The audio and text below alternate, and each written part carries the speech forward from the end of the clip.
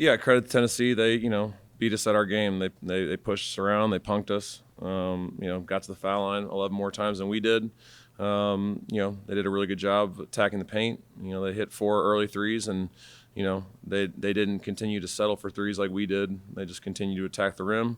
And they out physicaled us, and kind of had their way. So.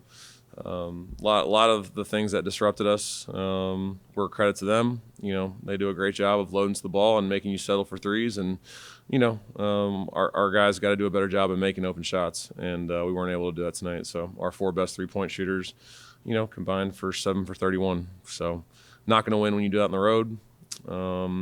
But Tennessee had a lot to do with that. So they did a great job. And, we got to be better. So I'll take any questions. How do you feel like your guys held up inside? I know the overall rebounding number isn't probably what you want it to be, but more second chance points and 8 offensive rebounds in the second half. So how do you feel like your guys held up inside overall?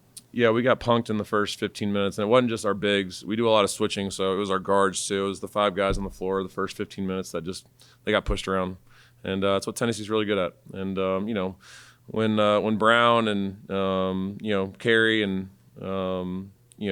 JP all play more minutes, those are the 4 guys that physically can really impose on you. And, with Felix not being out there, he's more of your shot blocker.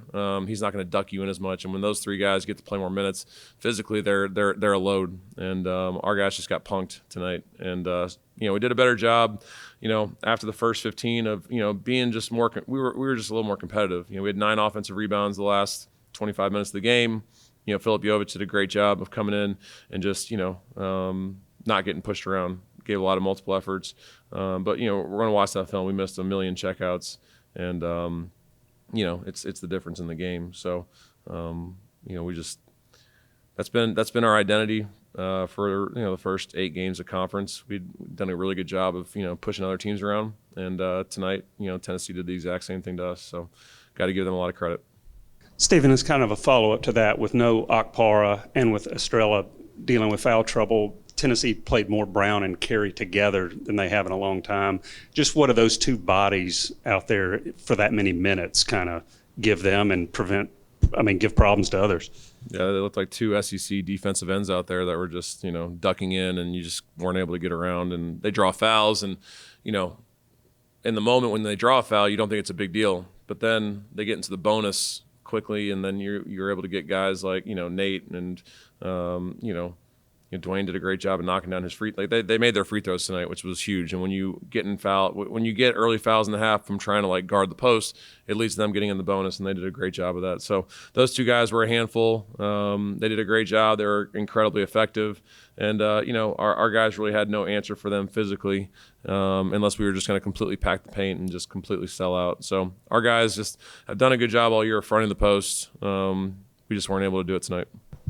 Nate draws a lot of fouls just about every game, but what is it about his game that makes him so tough to stop from getting to the foul line? Yeah, you obviously you try to be physical with him, I have to watch the film, and just kind of see a couple of my we're just silly, we're 25 feet away from the basket, and if you're physical 25 feet away from the basket, it's just a stupid foul, right? That's just we did that 3 or 4 times with them. So. But, I talked about this earlier in the week, Rick and his staff have done a great job with him. He's just way more physical on his post-ups, on his drives. He doesn't get knocked off his spot as much. So he's just playing more physically. He's playing, more aggressive. We did a good job on the shots that we didn't foul. We went 4 for 16. That's not great. But, he had 12 big free throws. So he did a great job of knocking his free throws down. And, he only turned the ball over twice. And, he's just continuing to get better. So he's done a great job of drawing contact and done a better job of just playing physically. Has his shoulders down a little bit more. Stephen, this was your midway mark of league play, and I know you've answered a lot of questions lately about going through this, but I was just kind of curious, given that you lived this league as an assistant and as a player, what is different? What would you say is different than maybe you expected? You probably had something going in how this was going to be. Has anything been different about this experience? No, I wouldn't say different. I just for me, it's just, we've just tried to be really consistent in what we've done and what we've been doing. Yeah, I don't know. I'm not really sure how to answer that question. It's one of the things that definitely holds true is like, it's never as good as you think it is. It's never as bad as you think it is. So for me, it's like not letting the highs get too high, not letting the lows get too low. So like, this one's going to hurt. This one's going to sting. But like, I'd be an idiot if I like, hung on to this for too long. Like let's watch the film. Let's break it down with the guys one-on-one. Let's learn from it, right? Like we've been doing all conference play. And let's find a way to get better from it. We got pushed around. We got punked tonight. We got physically outmanned. And, in order for us to, win games, like we can't let that happen. So just, biggest thing, I've learned is like consistency has been really key. When you find something that works, stick to it and just, you got to trust it. And when you trust it, ultimately, the results will, go your way. To 3 or 4 points a couple times in the second half. What do you feel like kept y'all from getting over the hump in those moments? Just we made some silly like offensive decisions. We got them in, like we forced some turnovers and we got in transition and we played off 1 foot instead of physically going up off 2 and finishing through contact. Like one time I think we had like a 3-on-1 and we shoot a corner 3. Like the fuck are we doing? Like go get a layup, So yeah, like we. The trip was, that was tough, because it's a 4-point game and, we thought we had the ball out of bounds and, they then go on like a 4 or 6-0 run. So it was a big swing in the game. But man, we had a ton of opportunities, Jacoby being in foul trouble, like, we were able to get back into the game and, like you said, we cut it to 4 or 6 and then we had just a bunch of empty possessions and, the reason why we'd won 4 in a row and 5 out of 6 is we had way less empty possessions offensively. Like we've had a lot of like structure and we've been intentional with what we've been doing.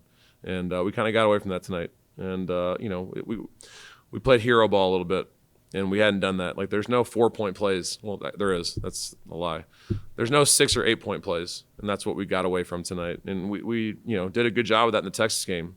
We took it 1 possession at a time. I thought tonight we tried to get it all back in 1. And, ultimately Tennessee did a great job at capitalizing off our mistakes. I was going to ask about the 4-point plays. How big is it to be able to get in those situations and how difficult is it to compound on 4-point plays when you're able to get them? When we get them or, yeah, I mean, like you're talking like at the end of the first half? Yeah, I mean, I drew that up knowing, no, I'm just joking. Yeah, those are big swings. I thought a couple times, we got to stop fouling 3-point shooters too. But KO, we're down 14, and KO makes a big one, and you cut it to 10, like you feel like you're still in the game, right? And guys didn't quit, which we haven't all year. Like our guys have done a pretty good job of just kind of staying locked in and staying composed. But for KO to step up at the end of the half and knock down that shot gave us an opportunity to come in at halftime and say, listen, we're in a great spot and we just got to keep chipping away. And we almost did that, but we just had too many undisciplined plays offensively that kind of cost us.